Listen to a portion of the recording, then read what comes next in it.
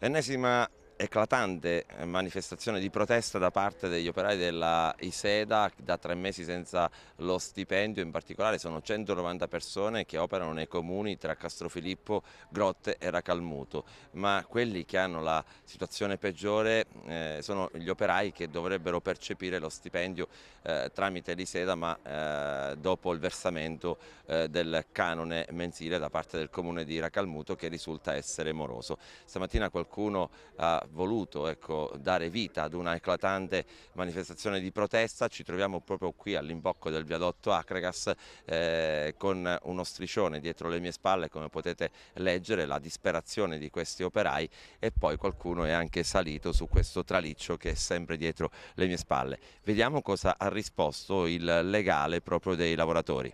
Questa è una storia che ci portiamo avanti da quasi 3 anni, con ritardi accumulati negli anni da parte della società Iseda addirittura di 8-10 mesi. E noi ci ritroviamo a fare proteste diciamo legali, avviando richieste presso l'ispettorato del lavoro, richieste di decreti ingiuntivi, quindi procedure esecutive. Tutte le volte arriviamo ad ottenere il pagamento, ma poi diciamo si concretizza la stessa situazione, cioè di ritardi che si cumulano. È una situazione insostenibile, perché oggi sono solo 3 mesi, però se li cumuliamo ai ritardi degli anni passati diventano un'enormità, nella misura in cui i lavoratori non riescono ad ottenere lo stipendio e quindi sono costretti ad indebitarsi per poter andare avanti. Quasi tutti i lavoratori hanno fatto cessioni del quinto, hanno le case pignorate, si trovano in una situazione veramente disastrosa, di coloro i quali, pur avendo effettuato una prestazione lavorativa, si trovano senza risorse economiche, financo a diciamo, acquistare il carburante necessario per andare al lavoro.